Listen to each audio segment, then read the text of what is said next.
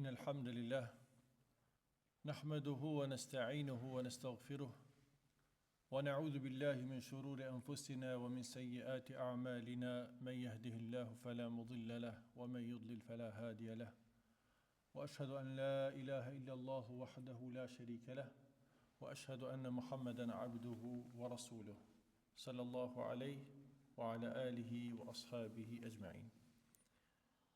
E falenderojmë Allah subhanahu wa ta'ala, pa dyshim ai është meritor për çdo falënderim dhe çdo lavdat. Dëshmoj se vetëm ai meriton të adhurohet dhe dëshmoj se Muhamedi është robi i Allahut dhe i dërguari i tij. Lavdat e Allahut dhe paqja e tij qofshin mbi të dërguarin ton, mbi familjen e tij dhe mbi gjithë shokët e tij. Vazhdojmë me shpjegimin e librit Mëkatet e Mëdha të autorit Sheikhut Muhammed ibn Abdul Wahhab, Allahu më shëroft, i cili autorin vazhdim përmend ose vazhdon me mëkatet e mëdha të zemrës, kur përmend al-ya'su min rauhillah wal amnu min makrillah, humbja e shpresës për mëshirën e Allahut azza wa jall dhe ndjenja e sigurisë ndaj kurthit të Allahut azza wa jall ose dënimit të tij. Autori si çdo herë sjell ajete dhe hadithe për çdo kapitull. Në këtë kapitull ka sjell ajetin kuranor ku Allah azza wa jall thot innahu la ya'asu min rauhillahi illa al-qaumul kafirin, al-kafirun. Thot nuk humb shpresën në mëshirën e Allahut azza wa jall vetëse populli jo besimtar. Gjithashtu sjell ajetin tjetër fala ya'manu makra Allahi illa al-qaumul khasirun, nuk ndjen siguri nga dënimi i Allahut se nga kurthi i Allahut vetëse populli i humbur. Pra për secilën nga këto dy mëkate të mëdha sjell nga një ajet kuranor. Gjithsesi këto dy mëkate janë prej mëkateve të zemrës, për arsye se humbja e shpresës nga mëshira e Allahut azza wa jall dhe ndjenja e sigurisë nga ndëshkimi dhe kurthi i Allahut janë çështje të zemrës. Dhe autori do të na paralajmëroj me këto tekste nga këto dy mëkate, e që kanë një ndërlidhje mes vete për ata dhe ka përmend që të dyjat në një kapitull, ku mas këtyre dy ajeteve sjell fjalën e Abdullah ibn Mas'udit radhiyallahu anhu, i cili thot akbarul kaba'ir al-ishraku billah wal amnu min makrillah wal qunutu min rahmatillah wal ya'su min rauhillah. Thot Ibn Abbas, Ibn Mas'udi radhiyallahu anhu, se mëkatet më të mëdha janë shirku ndaj Allahut, siguria nga ndëshkimi ose kurthi i Allahut, humbja e shpresës në mëshirën e Allahut, që është el-qunut, dhe el-ya'su min rauhillah, edhe kjo është dëshprimi nga mëshira e Allahut, po dallimi mes tyre dy të fundit, el-qunut wal yas. Wa alaykum salam. Ose el-qunut është shkalla më e lartë e humbjes shpresës. Mirpo ajo që është shumë e rëndësishme në këtë thonjë të Ibn Mas'udit radhiyallahu anhu, është se këto dy mëkate i ka përmend dhe i ka rëndit më një herë mas shirkut. Përveç se i ka cilësu si mëkatet më të mëdha, i ka përmend dhe i ka krahasu në atë kuptimin, i ka përmend në rënditje më një herë mas shirkut, që në kupton se sa të rrezikshme janë këto dy mëkate.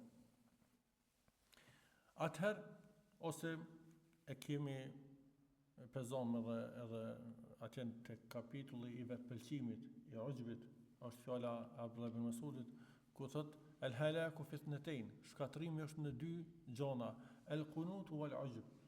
Shkatrimi është dy gjona, ato janë humbja e shpresës dhe vetpëlqimi.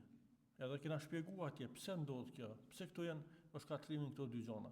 Për arsye se te humbja e shpresës njeriu nuk vepron. E humb shpresën te Zoti dhe humbja e shpresës e stagnon njeriu, e pengon nga puna, nga angazhimi. Njëjtën gjë bën edhe vetpëlqimi. Se njëri vetpëlqehet, mendon se është mirë dhe kjo e shtyn që të mos punoj edhe të mos veproj. Mirë po, te këto dy mëkate kur t'jem, çka kërkohet prej robit? Kërkohet e kundërta e këtyne. Pra kërkohet prej robit që të ketë shpresë në mëshirën e Allahut Azza wa Jall dhe frikë nga dënimi i Allahut subhanahu wa taala. Dhe këto dy gjona janë të kurzume që t'jenë bashkë krah për krah njëna me tjetrën. Në momentin ku te njëri shpresa është e teprume, shpresë kjo e cila e shtyn njeriu në ihmal, quhet arabisht, me hjek dorë prej veprave të mira. Shpresë në kuptimin negativ, pastaj kjo këmbëherë kalon në kuptimin negativ. Shpresë e teprume.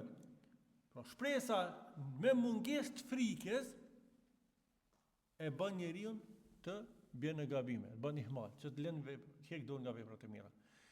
Po gjithashtu, edhe frika, e cila është e shumë fishume, jo e bashkërënditne ose jo krah për krah me shpresën, po frikë e teprume pastaj, e cila nuk shoqërohet me shpresë, e çon njeriu te kjo humbja e shpresës nga mëshira e Allahut, nga pranimi i veprave, nga folja e Allahut e kështu me radhë.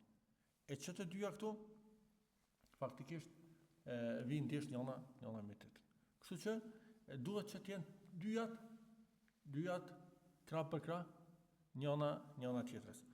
Dhe se ai njeri i cili ndjen një siguri nga dënimi i Allahut Azza wa Jall. Ai njeri edhe vepron vepra jo të mira.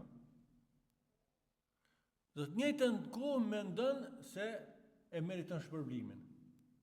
Ose bën vepra jo të mira, ose bën vepra të mangëta, nuk i bën veprat si duhet, po megjithë ato sikur ndjen një siguri që nuk e meriton dënimin e Allahut, ose Allah nuk do ta ndëshkon. Përderisa vepron vepra të këqija, përderisa vepron punë të këqija dhe nuk ja ka frikën dënimit të Allahut subhanahu wa taala. Për ata, njeriu ose besimtari, që thot Hasan al-Basri rahimahullah, thot besimtari bashkon mes veprave të mira dhe frikës. Frikja, pra që shtam, e shtyn njerin që t'i përsos veprat. Po megjithatë, në momenti kur njerit dën me u tepru kjo frikë, atëherë vjen shpresa. Allahu e din mangësinë tonë. Allahu e din që s'mundu me i bë veprat e përsosura. Ne jopi mundin, ne e bëjmë maksimumin, por Allahu është ai i cili na i pranon veprat. Allahu është ai i cili na i plotson ato. Allahu i cili është ai që na fal. Kurse thot monafiku ka bashku mes tyre dy këqijave, ka bë veprat këqija dhe njëjtën kohë ndin siguri nga dënimi i Allahut. Atëherë pe njeriu kërkohet pra të jetë i kujdesshëm nga këto dy mëkate. Al-Hasan Basri rahimahullah gjithashtu thot: "El mu'minu ya'malu bit-ta'at wa huwa mushfiqun wajilun khaif." Thot besimtari vepron punë të mira dhe të njëjtën kohë pra ka frikë, ka dru. Thot wal fajir, kurse ai që është fajir, që është vepër keq, pra thot ya'malu bil ma'asi wa huwa amin. Vepron pra punë mëkate dhe njëjtën kohë ndihet i sigurt nga dënimi i Allahut Azza wa Jall, Allahu na ruaj. Gjithashtu autori në vazhdim përmend nga Abdullah ibn Abbas radhiyallahu anhuma, i cili e ngrit këtë tek i dërguari sallallahu alaihi wasallam, dhe shpyet sot për mëkatet e mëdha, mel kebair, është përgjigj el ishraku billah, pra mi bo shirk Allah subhanahu wa taala, wal amnu min makrillah, me ndjej siguri nga dënimi dhe kurthi Allah subhanahu wa ta'ala.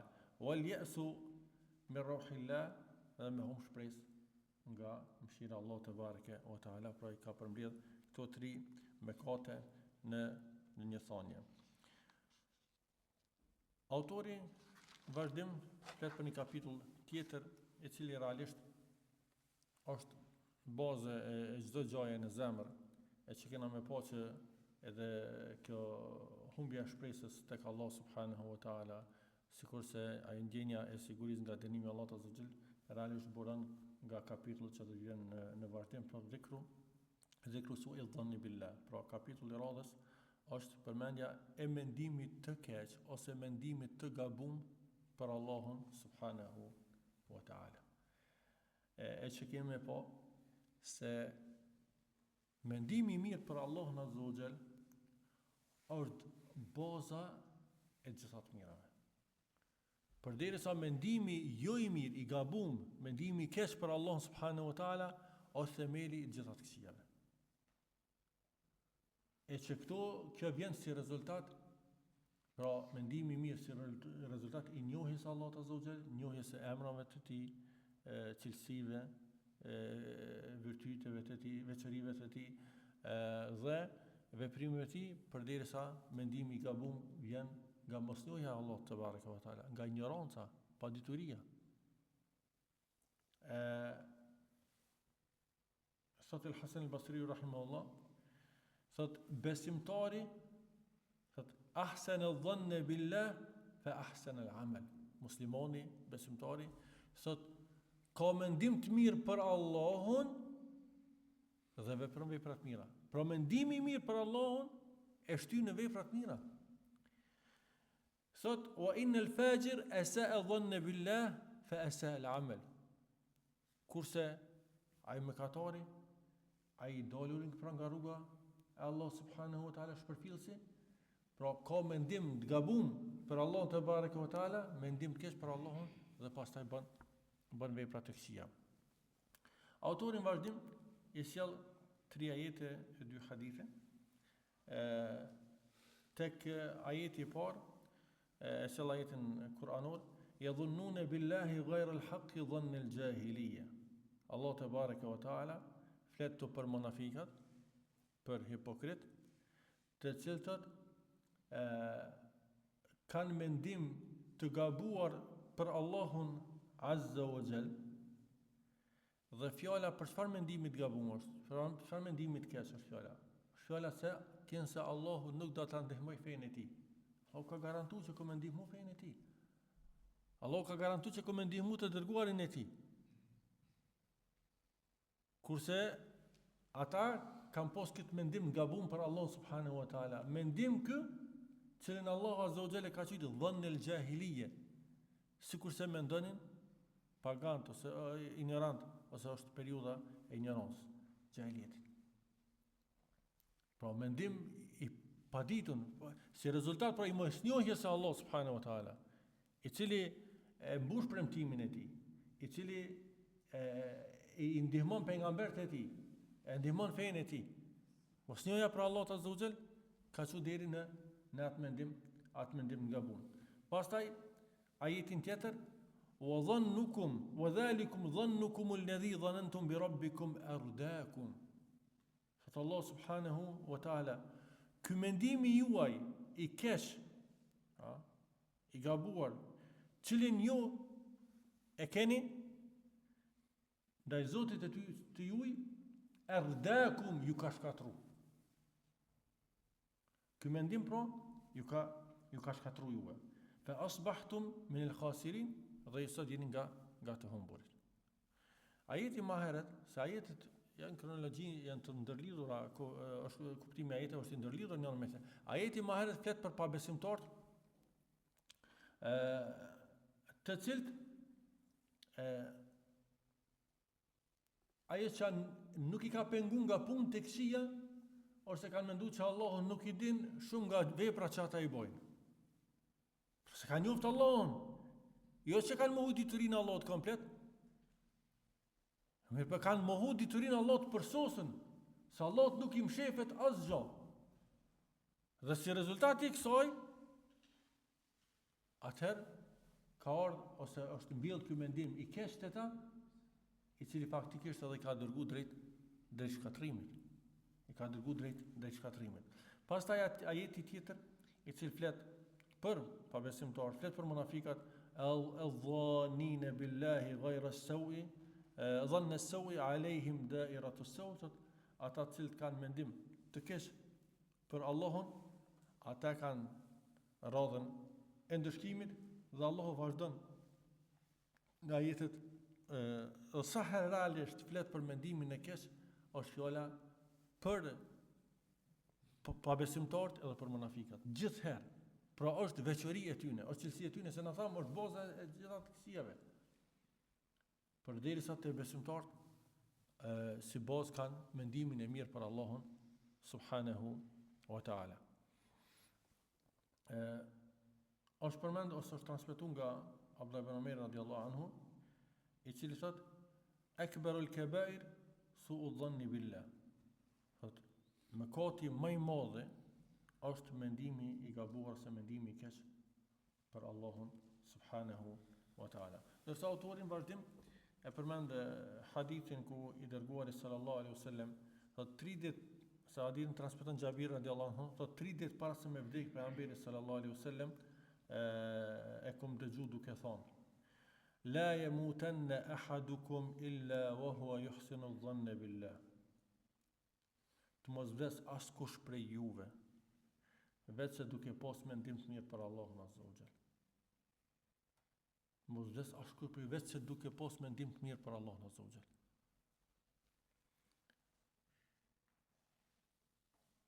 Të njëjtin transmetim ose këtë pjesë e transmeton Ibn Abi Dunya rahimahullah duke e shtu këtë fjalë: Fa inna qauman ardahum su'u dhanni billah. Se ka popuj që mendimi i gabum dhe i keq për Allahun i ka shkatruar ata. Dhe pikërisht e lexon pastaj ajetin që tham më herët që ka përmend autori: Dhalikum dhannukum alladhi dhanantum bi rabbikum ardakum fa asbahtum min khasirin. Thot ky mendimi juaj, pra i gabuar cilën e keni për Zotin e juaj, ju ka shkatruar dhe ju sot jeni nga të humbur. Askush nga ju mos vdes vetëm duke pas mendim të mirë për Allahun azza wa jall. Njeriu sa do që ka mëkate, sa do që ka gjuna, kur është në këtë gjendje dhe besimi i tij, mendimi i mirë që ka për Allahun, duke ditë madhështinë e Allahut, falin mëshirën e Allahut, dhe duke shpreh nevojën dhe varfrinë që ka për Allahun. Po nuk po flasum në mendimi sa i kalon tani mendim të keq, me gjunohe, me mëkate dhe me undi i sigurt nga dënimi i Allahut. Jo se mendimi i mirë për Allahun ose realisht mendimi i keq që tham për Allahun bënon nga ajo që ato dy më herët cilësitë e kësaj. Edhe humb shpresat tek Allahu dhe ndihet njëri sigurt nga dënimi i Allahut. Përderisa ai çfarë do situate që është njëri, duhet të ketë mendim për Allahun azza wa jall. Jeni në ngushtim, ketë mendim për Allahun që do të hop rrugë, ose po e lexojmë fjalën e Qurtubit rahimullahu se thot për kur e shpjegon mendimin e mirë për Allahun azza wa jall, thotë është të kesh mendim se Allahu të përgjigjet kur ti lutesh, të kesh mendim të mirë se Allahu azza wa jall ta pranon pendimin kur ti pendohesh, të kesh mendim të mirë se Allahu azza wa jall të fal ti kur kërkon falje, të kesh mendim të mirë se Allahu azza wa jall të shpërblen kur ti bën vepra të mira dhe i bindesh Allahut, të adhuron normal me kushtet që kërkohen, që janë sinqeriteti dhe për prosperia me sunetin e pejgamberit sallallahu alaihi wasallam. Ky është mendimi i mirë. Pra që ti kur je duke kërku falje, je pendu nga gabimet, nga gjunat, të kesh mendim të mirë, pra je duke vepru punë të mira, ki mendim të mirë për Allahun azza wa jall, se Allahu azza wa jall ti pranon ato vepra. Tash gjitha këto janë mendimi i mirë, ku njëri nuk duhet, çdo situatë duhet të ketë mendim të mirë. Mirë po, ai momentet që më shumë ti duhet të shtohet mendimi i mirë për Allahun. Këtë rast shpresa të falën e Allahut azza wa jall është në momentet para vdekjes. Se ato njëri e sheh më shumë të atë nevojën që ka për Allahun, atë dobësinë që ka, varfrinë që ka, kështu që këto duhet këtë gjendje nuk e plotson asgjë vetëse mendimi i mirë për Allahun te bareke ve teala, shpresa në falën e Allahut azza wa jall. Autori gjithashtu në fund të përmend hadithin tjetër ku transmeton Buhariu dhe Muslimi nga Ebu Hurajra radhiyallahu anhu, i cili thot se Allah te bareke Pejgamberi sa ka thonë se Allah azza wa jall thot ana inda dhanni abdi bi. Unë jam pram mendimit të robit tim që ka për mua. Veç kjo subhanallah, kjo fjalë Allah azza wa jall hadith është kutsi. Thot ka nevojë shumë njëri të analizon. Na nuk ka qëllimin ashtu mu vanohem shumë, do të mundohem të përmendim këto vetëm si mëkate të mëdha, tjetër kjo si një përkujtim, se realisht kjo temë ka nevojë shumë me u trajtu, për këtë temë kemi nevojë shpesh të rikujtojmë veten tonë. Shikoni këtë. Ana inda dhanni abdi bi. Unë jam pranë mendimit tim që ka robi jem për mua. Çka të mendosh për Allahun, Allah është pranë mendimit tënd. Transmeton Ahmedi rahimahullah këtë fjalë dhe thot in dhanna bi khairan falahu wa in dhanna bi sharran falahu. Nëse ka mendim të mirë, thot unë, ai do të përket atij. Ha? Ashtu do të ndodh pra. Nëse ka mendim të keq, ashtu do të ndodh. Ose ka transmetimi tjetër, ana inda dhanni abdi bi, unë jam pranë mendimit trupit tim që ka për mua, falyadhunna bi ma yasha, let mendon për mua si do të dëshiron. Çu do let mendon? Mirë po, kjo është përgjim realisht, po të njëjtën kohë është kërcënim. Që mos gabon besimtari, mos gabon njeriu të ketë mendim të keq për Allah subhanahu wa taala. Po të ketë gjithherë mendim të mirë. Mirë po na thanë fillim e nisëm dersin me fjalën me fjalën Hasan al-Basriut rahimahullah. Besimtari ka mendim të mirë për Allahun, pastaj vepron. Mendimi i mirë e shtyn njeriu të bën vepra të mira. E ndër veprat më të mira të robit që është përulja për Allahut, modestia për Allahut, pranimi i nevojës që ka për fjalën e Allahut te bareke ve teala. Dhe kjo pa marrë parasysh gabimet që ka njeriu, pa marrë parasysh mëkatet që ka. Kjo është shtyn njeriu te kërkim falja, kjo është shtyn njeriu te përulja. Për ata është ajo fjala që bëhet sebeb mëkati njeriu ta fut në xhenet. Bëhet shkak vepra mirë njeriu ta fut në xhenem. Cili mëkat bëhet shkak që njeriu më fut në xhenet?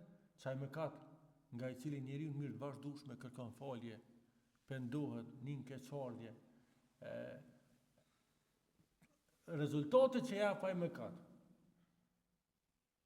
dhe gjumë që i lën zemrën e robit, e kupton njeriu ose pranon që është i pafuqishëm, është gabimtar, është me të meta, veç Allah është i përsosur. Për ata ka nevojë të pendohet vazhdimisht, për ata ka nevojë të kërkon falje vazhdimisht, për ata ka nevojë për Allahun azza wa jall çdo moment. Për çata i lutem mëngjesën mbrëmje Allahut azza wa jall, ya hayyu ya qayyum. Ya hayyu ya qayyum. O i gjalli, si një mban gjithçka. S'ka nevojë për asgjë tjetër, që më na mbrojtë, më na ruajtë, dhe mos më hiq dorë nga mbrojtja e tij mbi neve, tarfet e ajn, asa hapën mbyllsynin. Asa hapën mbyllsynin. E tash çaj mëkat ku njeriu e shtyn në përulje, e shtyn domethënë që për kushtim dhe Allah te bareke ve teala bosh shkak me fund xhenet. Përderisa ai mëkat i cili shtyn njeriu vetë pëlqehet, e shtyn njeriu me ndjemallsi, e shtyn njeriu që ti mburret Allahut që kishe unë po bëj, atëherë ai Allah na rujtë që njeriu në shkatrim dhe në humbje.